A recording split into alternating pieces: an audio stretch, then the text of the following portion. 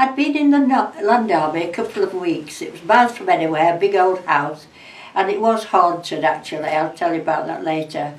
But one Saturday, I was all on my own. Everybody else had gone home, living in London.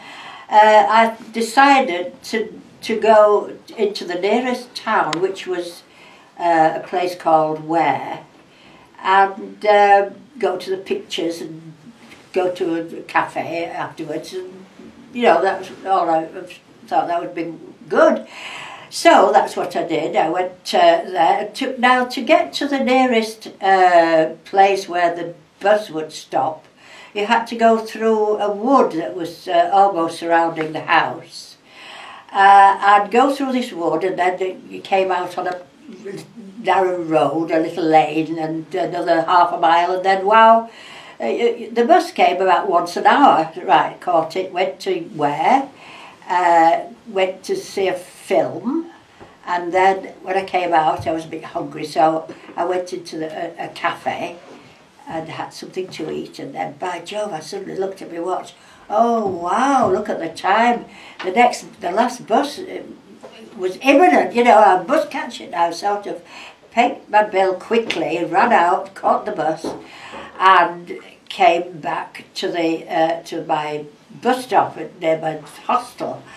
Well, there were only 3 people on the bus actually, and as I was approaching where I got off, I suddenly realised that it was very dark, and oh dear, never mind. I got up and got off the bus, a little tiny bus, and off it went, and I stood there, and the silence and the darkness, it was it's very frightening really. I was miles from anywhere, no houses, and I just watched the back end of the bus disappearing round the corner, and then it was just me and this awful long walk ahead of me.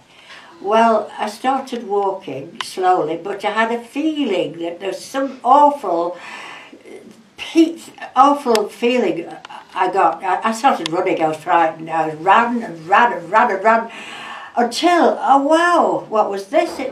I'm sure it was a cottage.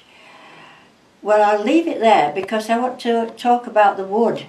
Now, in some girls in the Land Army, the same, you know, in the Rody Priory, they came back one day from a pub, a local pub, and they said, oh, do you know, there's a story about this forest? And we're all listening, and they said, there was a young man, he got married, and they bought this house, and it was a long time ago, in the 1600s or something, and the wood was much bigger than this. He used to go out hunting, and one day, they'd only been in a few weeks, and he got accidentally killed. I don't know what happened, whether he got arrowed or shot or what, but he was killed. And when they told his wife, his young bride, what had happened, she was so mortified that she couldn't ever eat again. She just wandered round this huge house, weeping silently, walking and walking and walking, first in one bedroom and then another, until finally she dropped dead. Well, I found out later, of course, it was my bedroom. I'll tell you about that later. And the people from the villages said that 2 of them had actually seen him riding on his horse, the ghost of him on his horse, and nobody would go near that wood. And there was I, just walking up the garden path of a cottage, hoping that somebody would be in here to take me through this terrifying experience. I just would go through it. And so I went round the little corner and I knocked on the door. It sounded very hollow, but I heard a dog barking inside. Oh, the relief, because I knew if there was a dog there'd be a person, anybody. Well, the door very slowly opened and there was an old man standing there. I had to switch the lights off because there was a war on, of course. But I saw his outline and I said, I'm sorry to trouble you, but I'm a Land Army girl from Rody Priory, and I've just got off the last bus from where, and I'm too afraid to walk through the wood. Do you know of anyone who'd be willing to walk with me? Well, he closed the door very, very gently, and a couple of minutes afterwards he opened again and strode out with a walking stick, his coat on, and closed the door. I stepped on one side and he went forward, and I followed him out onto the road, and oh, the joy, and he strode out. It was obviously, you know, from the farming community, and walked away. I was chatting away and skipping and talking until we got to the wood, and I remember stopping talking and just hesitating. But he strode on, and I lost all my fear. I walked next to him, and without a word from then on, we walked through the wood. To me, it was just a pretty little wood. And then when we came out of there was a big sort of semicircular area before he got to the house, where it was sort of all crunchy gravel. And we both of us crunch until we got to the door. And he bent down and he opened the door very, very gently. I just put one toe in and one hand round the door, looked up to his face quickly to thank him, and there was nobody there. I opened the door very quickly just to make sure that the whole of the area lit up and there was nobody there. And there was no way it could have got away either, was there? No, not so quickly. I would have heard the running, and he was an old man and quite heavy, I should think. I would have heard him crunch, but it was so instant. My luck, I told him, and there was nobody there. I opened the door wider so the whole of the area lit up, which wasn't allowed really, so I had to do it quickly. Nobody there. And I remember just putting my back against the door, breathing close. I put my hand up, my arms up a bit, my head up to the sky and my arms out, and I said, thank you. And you had to thank somebody, and it wasn't just somebody ordinary. But I never told anybody until after the war. About 10 days later, I was made a gagger, and I had to move from that hostel to another. And two of the officers to deal with that picked me up, and I sat in the back seat, and we went down that way, and it was evening, and I saw the cottage, and it was a tumble down house. Nobody lived in it, and there was no roof on it. It had been a thatched cottage, and all the thatching was off. Nobody lived there. That was like your guardian angel story. Yes, I knew that he'd been a guardian angel that had been sent to help me.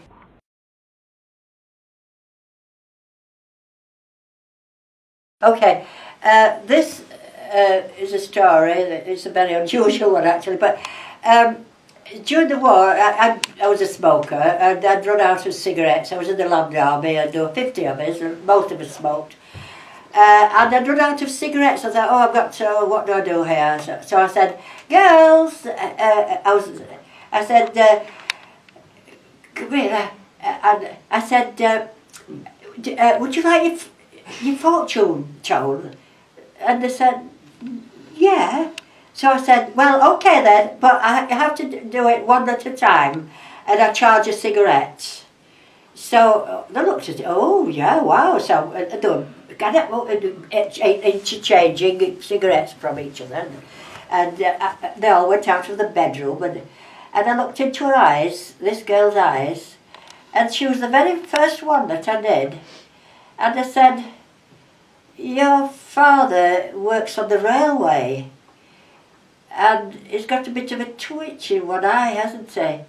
And her mouth dropped, and she didn't speak, and I said, well, it's fine, love, that's going to, it's nothing to worry about, isn't that? But I tell you what, you've just had a leave, your boyfriend's just had a leave, hasn't he?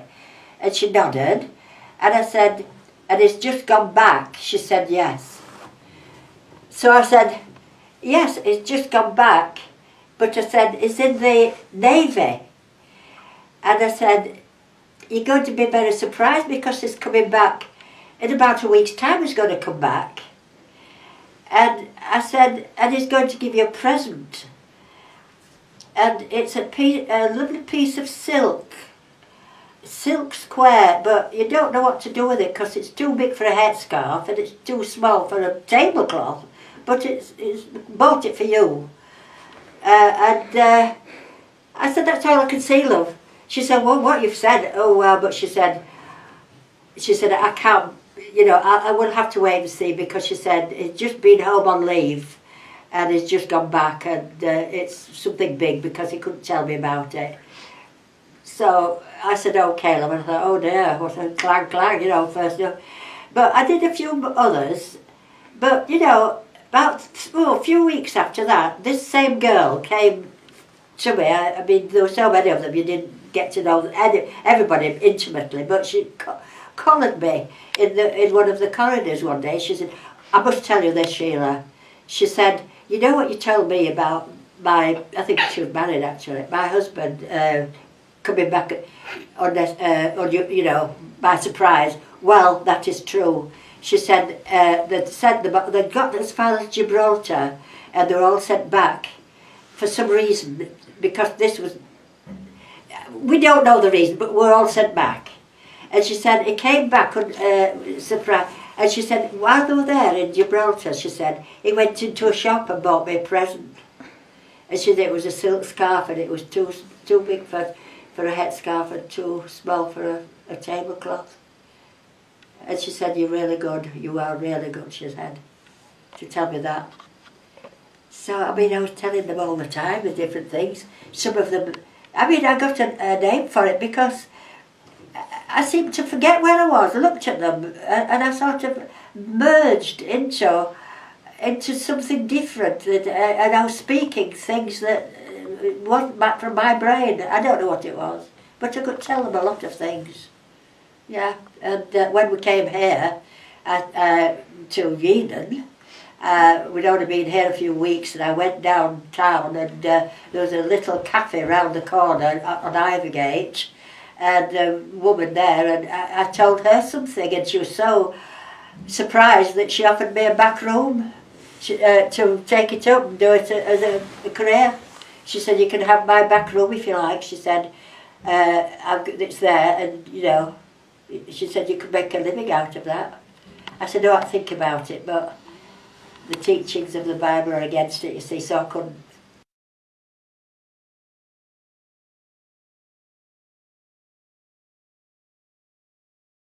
Well, back in the Land Army again, one evening, about 20 of us really, were in this huge room, and somebody said, what about us making up a Ouija board? And so, of course, we all said, yes, why not? And we got a piece of paper and did the alphabet, and the words yes and no on, and various other things.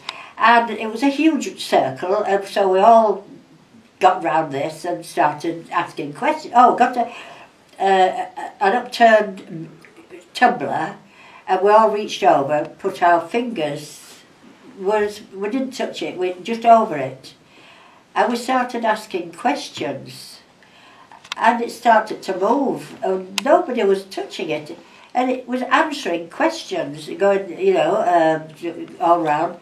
And it was amazing, and then it got to my turn, and I said, oh, will I get married? It went straight to yes. How many children would I have? And then it said 1, 2, 3. Ooh. And then what will I do for a living when the war's over? And then it went to the S-E-W, sew. And I hated sewing, and it started to laugh. It was jumping up and down, like it was jumping, and everyone was terrified. And we all stopped. And you know, the blackout was a huge blackout that was stuck up there, and it came crashing down. And just missed us by inches. It came crashing down. We were really frightened about that, because it was all fastened up. Was that blackout fastened up? and it came crashing down on us, and it did me laughing because it said me sewing, and I've been sewing and just finished up sewing, but I hated sewing, and I mean that was it was so fun. It thought that was funny, didn't it? Yeah, it all came true, yes. But I didn't sew for a living. It was just spokes as a way of frightening to death. I thought, oh no, I can't, because I once. Oh, I'll tell you this, and that really, it's awful. It isn't spooky, but it's a laugh. My friend Vivian and me, we were old friends, and we're in the same class, of course, at high school. And in the cookery class and the sewing class, I was almost zero. I did my best, but I always made mistakes, and sewing, I was hopeless. I was hopeless at sewing. And one time, it was exam time, and that was very important. It was the last exam of the year, and I must get, 40 at least, because you fail, under 40, you failed. And when it came, we went into this room, and there were big long tables, we were standing up, and she was a bit of a ferocious teacher as well, and she was right in front of us, we were right at the very front. And when I looked at I didn't know what it meant even, never mind do it.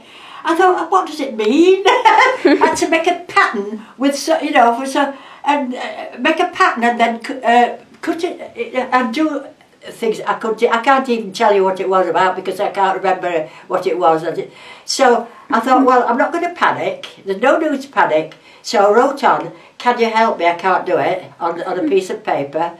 And I put in my pay. And then I sort of kicked it over. And while she was walking up and down, she picked it up and then she looked, nodded her head. She did all hers. And then what I did, I hadn't done anything. I couldn't do it. So what I did, I passed it all. I waited till she was walking up and down, and I passed it quickly over to her, moved it like that. And she didn't know, and she did it, and I got 42 for it.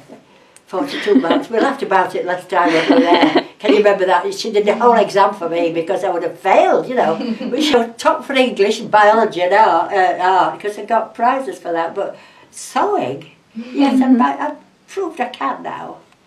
I think that's why I like to prove to myself things I couldn't do. I try and do it till I could do it. Right.